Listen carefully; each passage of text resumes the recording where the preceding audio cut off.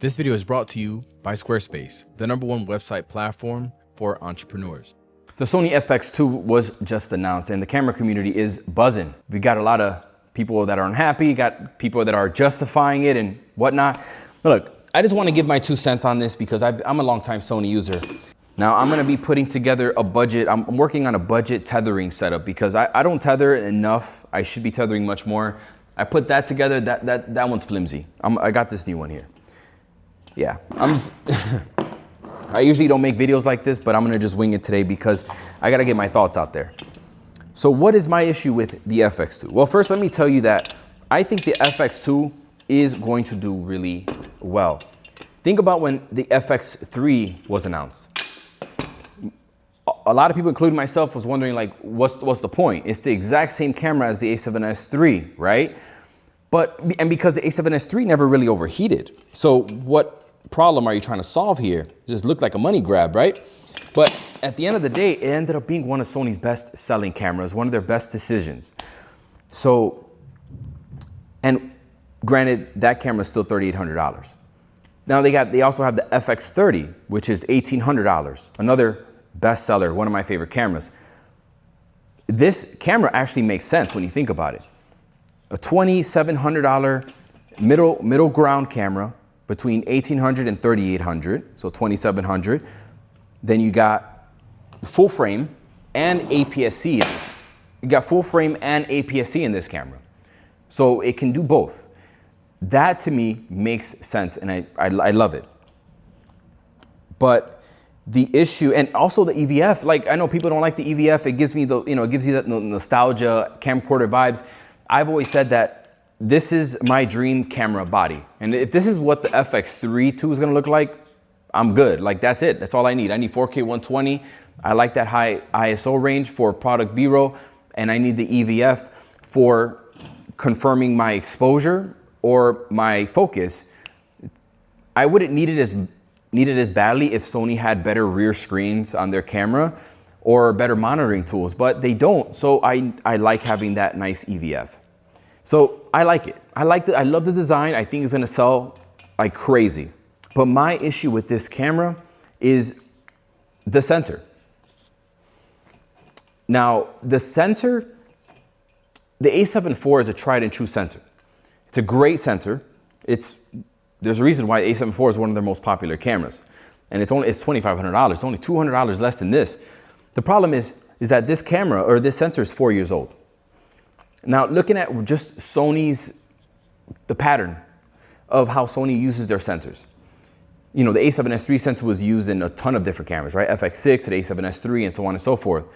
But they've only used it and put it in cameras during a span of 3 years. And that is kind of the same thing that going along with all the other sensors, right? The A7R4 sensor has been used twice. You got the A1 sensor has been used twice. Got the FX30 sensor that's been used a couple different times in more budget cameras, but it's only been used within a span of 3 years.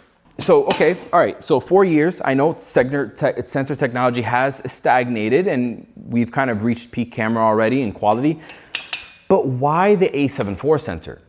That's my question. I understand A7 IV is probably one of your best selling cameras. It makes sense on paper maybe, but to me, like, given that the A7 IV is such a good sensor for photography, it's like that middle ground between 24 megapixels and 48 megapixels. For photography, cool, amazing. But if I can argue that the only weakness of that sensor isn't on the video side. And now it's being put into a cinema camera. So, and I understand that in 4K video, because I have the A7 IV, in 4K, you're getting really beautiful footage. I mean, it's downsampling 7K footage into 4K, so it's beautiful. And I truly think this camera is going to absolutely sell like hotcakes. But in 2025, to put out a camera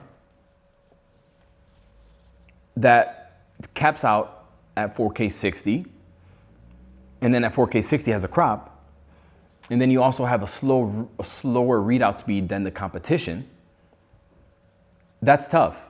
Oh, actually, wait a second. The competition, talking about Nikon and Lumix, specifically, they're the competition, but they're using Sony sensors. So why, and this is just me thinking out loud, I'm thinking to myself, like, why didn't Sony use their own partially stacked 24 megapixel sensor for a camera in this price range? Now think about that for a second, how badass that would be if they use their own 24 megapixel partially stacked sensor with no rolling shutter issues, can shoot up to 4K 120 without needing that 4K 60 crop. Part of the marketing campaign was for people that shoot with full frame FX, like an FX3, but want APS-C mode, you can still shoot APS-C mode in this camera. Now the competition is shooting RAW internally with this camera. And I don't know why Sony hasn't done it yet with their smaller cinema cameras, that they're not shooting RAW internally. Maybe it's a card limitation with the CF Express Type A. Maybe, but it doesn't matter. This camera wouldn't even need to shoot RAW internally like the competition. I think releasing a camera like this at this price point with that sensor, 4K 120 ability, you still got the APS-C mode, you still are able to shoot photos with it. That to me just would have made this such a sweet deal, and it falls in line with the price. Nikon Z6 III has their camera with this sensor that can shoot up to 6K RAW at $2,100 in 2025. I just bought one of these on Amazon. It was a dud. They sent me another one. This is newer, by the way. They sent me another one, and it's a dud as well. The same issue. This is one of those stands where you have pistol grips. You can put pistol grips on here, and I'm working on this right here. This one is just a little too wobbly. This one is much more sturdy, but they must have a bad batch or something. This is like, come on, man. Now, besides the sensor, I do have one other little issue, but first I need to send a shout out to the sponsor of this video, and that's Squarespace. With Squarespace, you can secure your own custom domain and then create a professional looking website quickly and easily. The best part is that you need zero skills when it comes to coding and graphic design. And I'm telling you, it's extremely easy. Now, one of the coolest and newest features is Design Intelligence, which helps you design your site that's unique to you using AI technology. And I'm currently right now using that to design the landing page for my off-camera flash course that I'm putting out pretty soon. And it is so freaking cool. Follow that with the SEO feature that Squarespace offers, and you will have an easily searchable, high-performing website.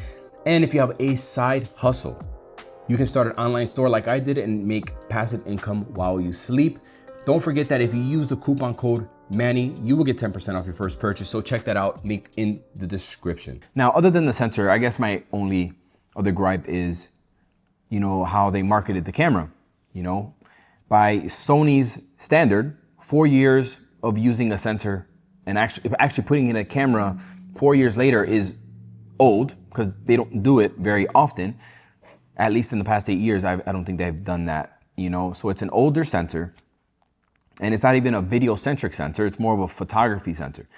So you're doing this, and you're still pricing the camera at $2,700 body only. Now, I think when you're looking at it in context, the A7 IV is still priced at $2,500. So when you're only just comparing it to the A7 IV in context, it's actually not a bad deal. It's actually very reasonable, given that you do have that now. You have the EVF and you have those little improvements on the body. But I do think in 2025, and this is neither here or there with the FX2, but I do think that it makes the A7 IV look a little bit overpriced. With the FX2, Sony's, on the marketing side, they're really pushing out that, hey, you could also take great stills with this. You could take some S-Log photos as well, and you could do this and that on the photo side because you got that sensor. But this is a cinema camera. You're putting it in a cinema style body. You still have the old LCD screen, which is not great. And again, for a cinema style camera, it's almost like, and this goes back to a lot of like older cameras. I can bring up other examples like the A7R5 and the A1. I love those cameras. I recently sold my A7R5, but look, the A7R5 got the 4-way screen, and the A7R5 got the AI autofocus.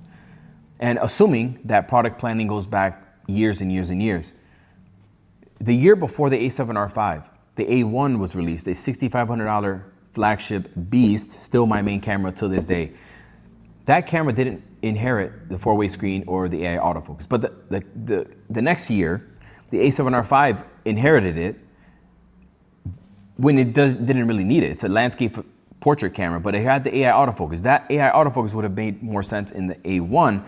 And I feel like they put it in the A7R5 because, well, we're gonna use the same sensor as the A7R4. Now we have to come up with those, those extra features there to get people to make it seem worth it. And now when we're speaking about the FX2, I feel like, focusing on the hybrid photography side and the EVF, which I think is actually going to be in the FX3 too, but they're bringing it out a little early to make this more appealing and also justify the price.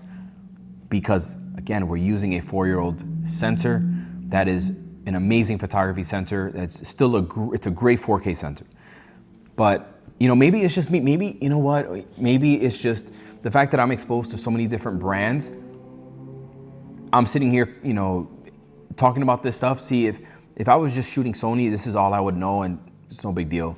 But because I see what other brands are doing and what the competition is doing, I'm naturally going to compare in my head. Canon. I didn't want to compare, but Canon. Got the R8, $1,500. It can shoot uncropped 4K 60.